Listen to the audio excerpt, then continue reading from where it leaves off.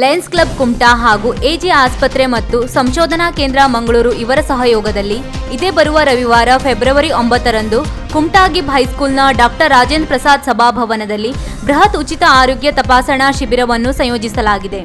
ಅಂದು ಬೆಳಿಗ್ಗೆ 9:30ರಿಂದ ಮಧ್ಯಾಹ್ನ 2 ಗಂಟೆಯೊಳಗೆ ಶಿಬಿರ ನಡೆಯಲಿದ್ದು, ಕುಮಟಾ ಹಾಗೂ ಸುತ್ತಮುತ್ತಲಿನ ಗ್ರಾಮೀಣ ಜನತೆ ಹೆಚ್ಚಿನ ಸದುಪಯೋಗ ಪಡೆದುಕೊಳ್ಳಬೇಕಾಗಿ ಕುಮಟಾ ಲಯನ್ಸ್ ಕ್ಲಬ್ ಅಧ್ಯಕ್ಷೆ ಮಂಗಲಾ ನಾಯಕ್ ಲಯನ್ಸ್ ಭವನದಲ್ಲಿ ಬುಧವಾರ ನಡೆದ ಪತ್ರಿಕಾಗೋಷ್ಠಿಯಲ್ಲಿ ಮಾಹಿತಿಯನ್ನು ನೀಡಿದರು. PDG Lions doctor Girish Kuchinadu ಹಾಗೂ Lions professor S Hegde Holnagadde ಪೂರಕ ಮಾಹಿತಿಯನ್ನು ನೀಡಿದರು. ಪತ್ರಿಕಾಗೋಷ್ಠಿಯಲ್ಲಿ ಲಯನ್ಸ್ ಕ್ಲಬ್ ಸದಸ್ಯರುಗಳಾದ ಶ್ರೀ ಗಣೇಶ್ ವಿ ನಾಯಕ್, ಎಂಕೆ ಶಾನ್ಬಾಗ್, ಆನಂದ್ ಹೆಗಡೆ, ವಿಷ್ಣು ಪಟಗಾರ್ ಉಪಸ್ಥಿತರಿದ್ದರು.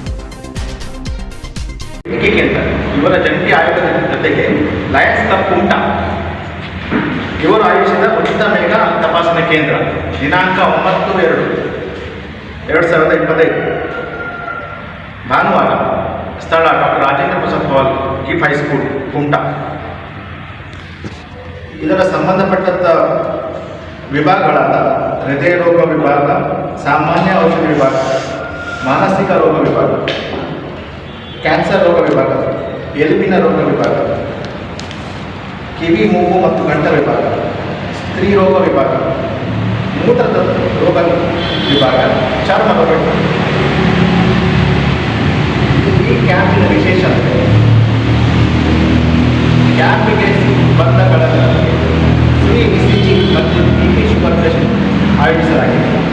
ಇದಕ್ಕೆ ಸಂಬಂಧಪಟ್ಟಂಥ ಕ್ಯಾನ್ಸರ್ಗೆ ತಜ್ಞರು ಕ್ಯಾನ್ಸರ್ ಶಿಬಿರ ಅಂದರೆ ಫ್ರೀ ಸ್ಕ್ರೀನಿಂಗ್ ಆ್ಯಂಡ್ ಅವೇರ್ನೆಸ್ ಜೊತೆಗೆ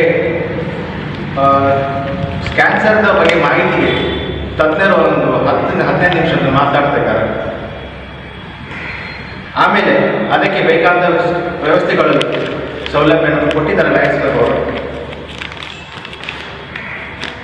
ಕಡೆಗೆ ಕ್ಯಾಂಪಿಗೆ ಅನುಕೂಲ ಆದ ಜನರು ಮತ್ತು ಕ್ಯಾಂಪಿಗೆ ಸೇರಿದ ಫಲಾನುಭವಿಗಳಿಗೆ ಎಜೆ ಆಸ್ಪತ್ರೆಯಲ್ಲಿ ಬಂದರೆ ಅವರಿಗೆ ಮೊದಲ ಕನ್ಸಲ್ಟೇಷನ್ ಫ್ರೀ ಆಗಿ ನಾವು ಕೊಡ್ತೇವೆ. ಜೊತೆಗೆ ಕನ್ಸಲ್ಟೇಷನ್ ಆದ ನಂತರ ಎಜೆ ಆಸ್ಪತ್ರೆಗೆ ಯಾವುದು ರಕ್ತ ಪರೀಕ್ಷೆ ಆಗಲಿ ಅಥವಾ ಇತರ ಪರೀಕ್ಷೆ ಆಗಲಿ ಅದರಲ್ಲಿ 20% ರಿಯಾಯಿತಿ ನಾವು ಮಾಡಿಕೊಡೋದಾಗಿಲ್ಲ.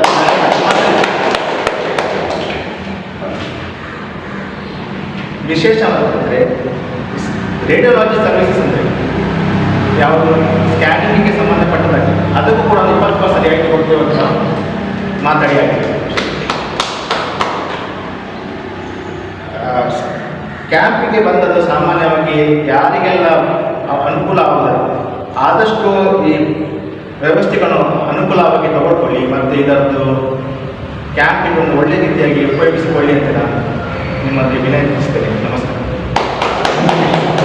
ವೀಕ್ಷಕ ಮಹಾಪ್ರಭುಗಳೇ, ನಮ್ಮ ಚಾನಲ್ ಅನ್ನು ಸಬ್ಸ್ಕ್ರೈಬ್ ಮಾಡಿ, ಶೇರ್ ಮಾಡಿ, ಪ್ರೋತ್ಸಾಹಿಸಿ.